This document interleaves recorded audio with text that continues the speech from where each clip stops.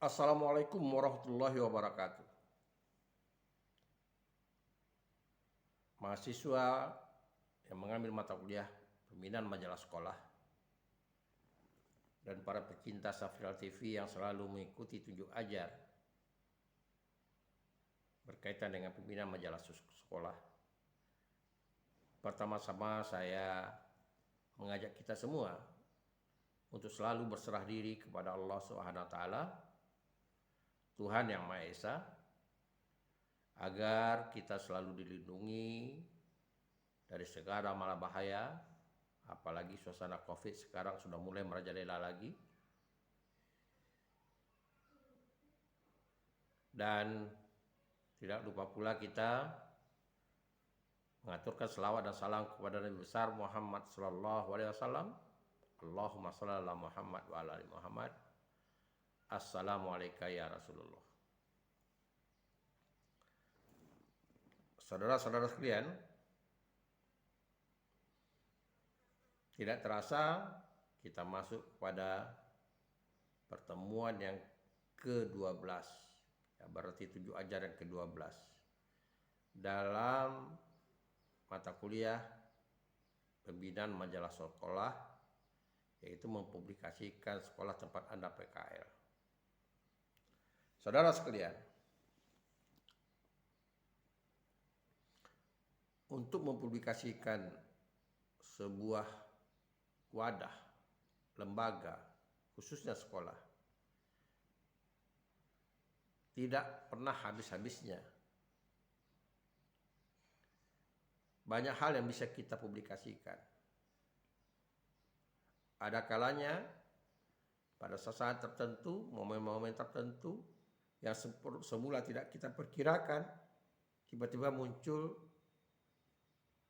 momen yang layak untuk dipublikasikan. Sekarang ini di akhir Ramadan, dan Anda tahu sendiri, akhir Ramadan ini orang sibuk dengan menyelesaikan bulan suci Ramadan, puasa, dan tentu selalu ditutup dengan pembayaran zakat.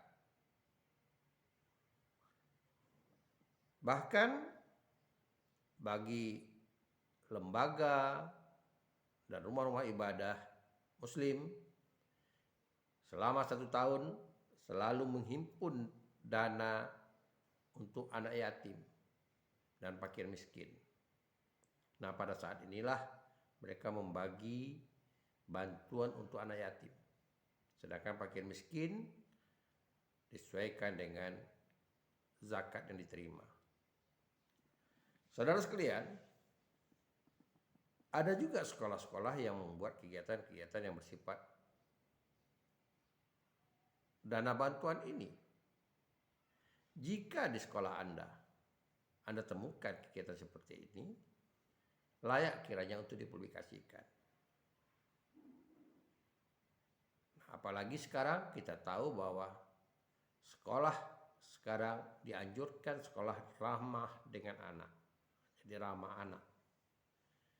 Nah, bagaimana ramah anak itu salah satu diantaranya adalah memperhatikan anak yatim yang ada di sekolah.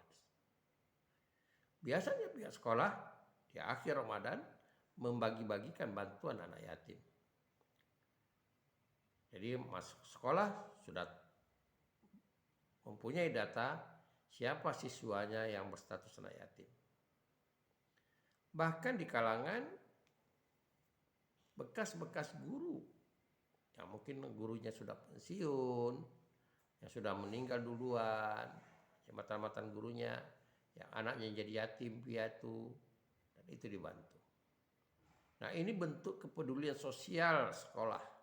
Di samping menjalankan kewajiban melaksanakan kurikulum, mereka juga peduli dengan hal-hal yang sifatnya sosial. Dan ini juga melatih siswa untuk peduli dengan sesama. Di samping itu kegiatan mengumpulkan zakat. Ada juga sekolah yang juga berinisiatif mengumpulkan zakat dari para siswa.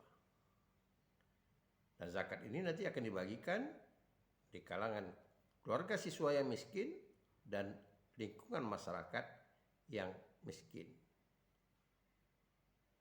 masyarakat yang berada di lingkaran sekolah, di mana sekolah itu berada. Sama halnya di Lebaran Idul Adha misalnya, banyak juga sekolah yang memotong hewan kurban. Dari para guru ikut kurban di sekolah, lalu sekolah memotong hewan kurban yang dibagi-bagikan ke masyarakat di sekitarnya. Saudara-saudara sekalian, jadi kalau Anda menjumpai kegiatan itu seperti sekolah, di sekolah Anda layak untuk Anda buat konten untuk dipublikasikan. Karena ini bahagian yang juga yang punya nilai positif mempromosikan sekolah. Di samping itu, di penghujung Ramadan ini, kalau kita melihat di media-media sosial, di televisi, sama juga selama bulan Ramadan, ada banyak orang memberikan ucapan selamat. Kenapa tidak? Sekolah Anda melalui konten YouTube-nya membuat video ucapan selamat. Ucapan selamat itu ya dimulai dari kepala sekolah, wakil kepala sekolah, majelis guru, pegawai tata usaha, dan siswa. Mengingat kemungkinan tidak hadir di sekolah, nah di zaman virtual ini Anda bisa membuat videonya secara virtual atau dirancang dengan cara membuat konsep ucapan selamat itu.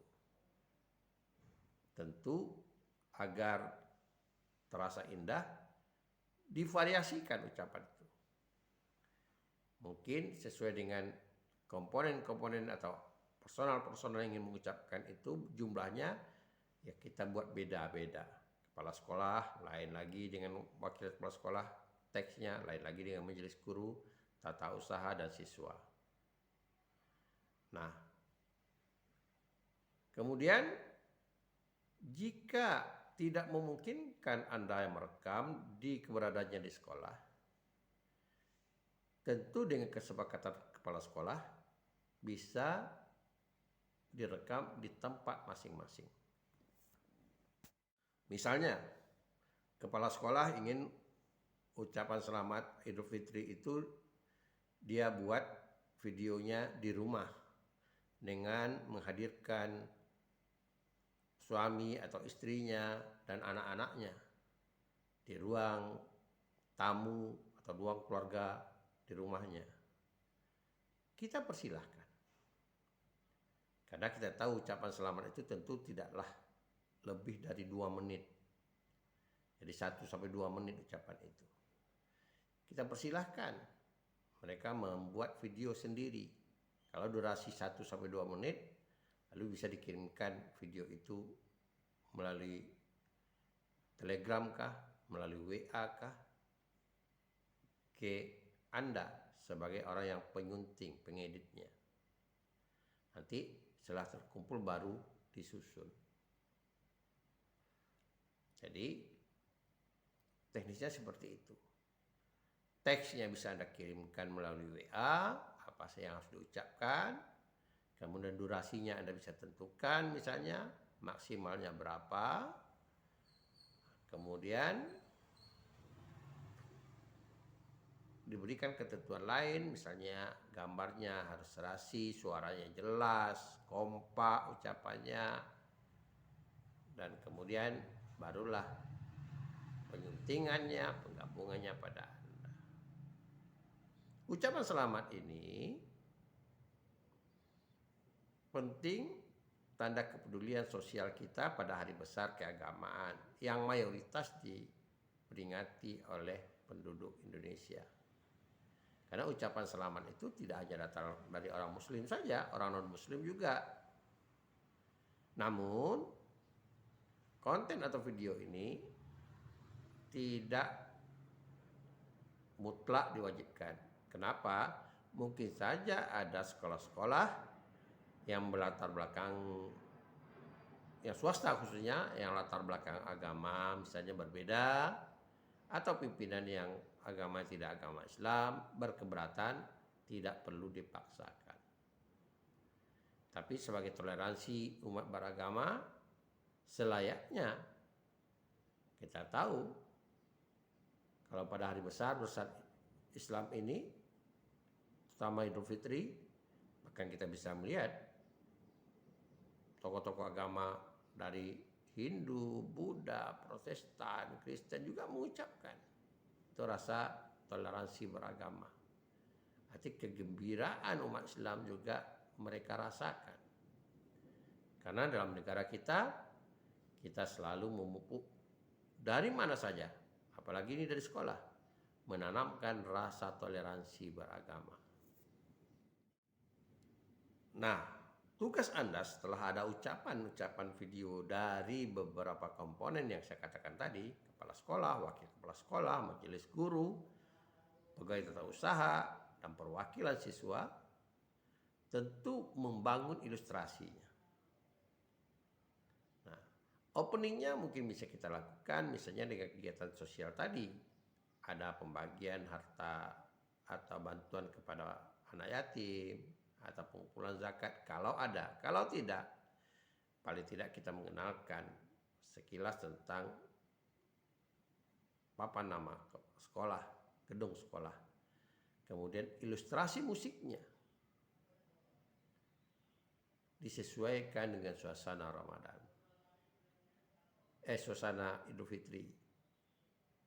Jadi biasanya kita tahu suasana takbiran, bunyi beduk dan sebagainya. Itu yang kita suksanakan. Kemudian sedapat mungkin itu jam tayangnya dimulai pada penghujung Ramadan atau awal Syawal. Karena kalau di YouTube konten itu bisa diprogramkan kapan jam tayangnya. Jadi kalau misalnya kita berproses sekarang, kita masih ada waktu, nah kita ada proses editing, mungkin ada proses koreksi dari sekolah, nah jam tayang.